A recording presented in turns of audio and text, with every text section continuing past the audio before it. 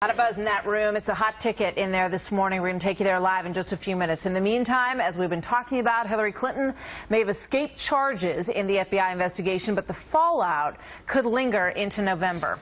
Donald Trump now accusing Clinton of bribing Attorney General Loretta Lynch to avoid indictment. Hillary then talks about, I think I'd reappoint the Attorney General. And you're waiting for a decision by the Attorney General. And you're saying you're going to give her a job. You're not allowed to do that. That's bribery, folks. And then the Attorney General comes out, as Newt said, but the Attorney General comes out, and the Attorney General says, no charges. That's bribery. Wouldn't you say? It's bribery.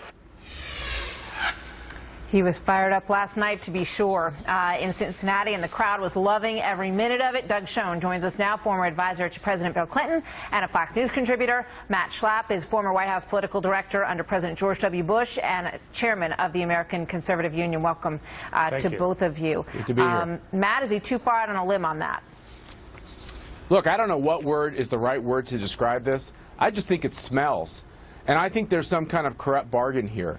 I think that the mistake that was made by the Clintons is that if they are not guilty of having an inappropriate investigation and process, they've done everything possible to make it look like they're guilty, and they're covering it up with the sneak attack on Loretta Lynch's airplane, with all these kind comments that the Clinton team leaked to the New York Times about Attorney General Lynch, and of course Comey coming out with this big statement literally moments before Obama's to take the campaign trail with Hillary Clinton.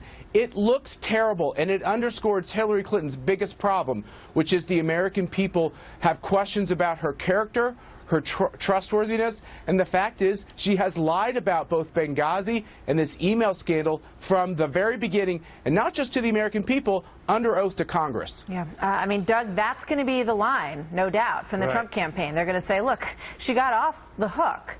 But she did it this way, by, a cozy meeting on an airplane between Bill Clinton and the Attorney General of the United States, which in retrospect, after having watched the statement by James Comey, it stinks, to use Matt's word. Well, it may stink, Martha, but it also means that I think 5 months from now, on Election Day, people will have in their mind that she was cleared, however it happened, rather than the circumstances. And Comey made clear in his statement that no one was aware of what he was going to say or that he was going to speak.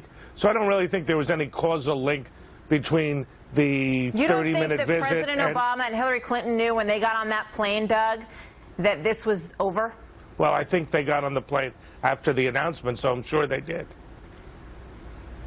So, no, there's no conceivable... As someone who worked in the White House, there is no conceivable way that it's a coincidence that all these things laid out perfectly in terms of the timeline so that Barack Obama could take the stage with Hillary Clinton with this investigation having been closed. There's nobody on this planet who believes that this all laid down in this kind of coincidence. There's no way. Doug, it's implausible, and the fact is this is the problem with the Clintons, is that they keep expecting us to give them the benefit of the doubt. It's been 20 years of this, and I think the American people have had enough. I will say this. While you have reasonable questions to raise, Matt, I do believe Director Comey when he said no one was aware of what he was going to say, how he was going to say it. I'm sure he didn't release the contents of his statement per se, but there's just been so many sort of convenient word parsing that has gone on throughout the entire course of this. When you look back at Hillary Clinton saying, my emails were not marked classified, all the sort of almost cute phrases that have been used. I think that the thing that is going to be so... She's clearly been proven to have been wrong by what Director Comey said. My point is not that there are inaccuracy or cute parsings of words, but the ultimate conclusion will probably elect her president in November. That's what I'm saying. Let me counter this, which is Hillary Clinton's greatest strength is her government experience and the fact that she's a steady hand. And when it comes to foreign policy, she's had this top job as the Secretary of State.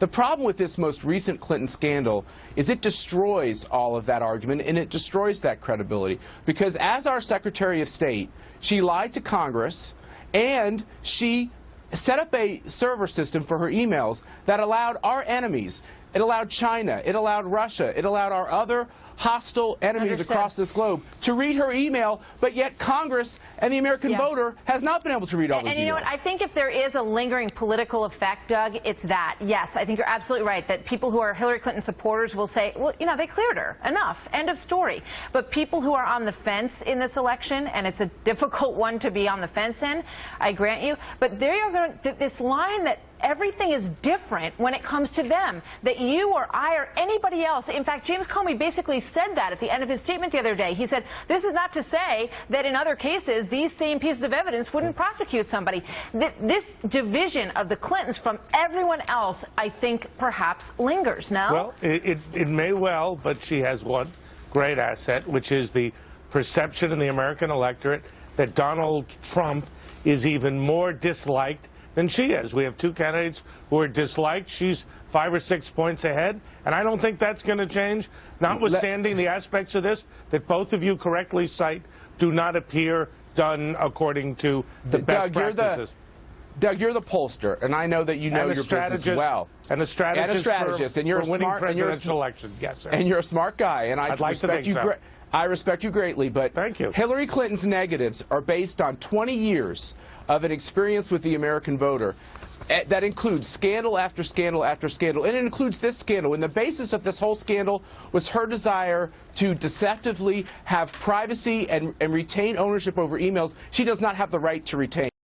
And the fact is, her negatives are about these fundamental, serious charges. Donald Trump's negatives are not nearly as serious as what Hillary Clinton's are based on. I think you'll be welcome at Trump Tower. Love you both. Great to have you here.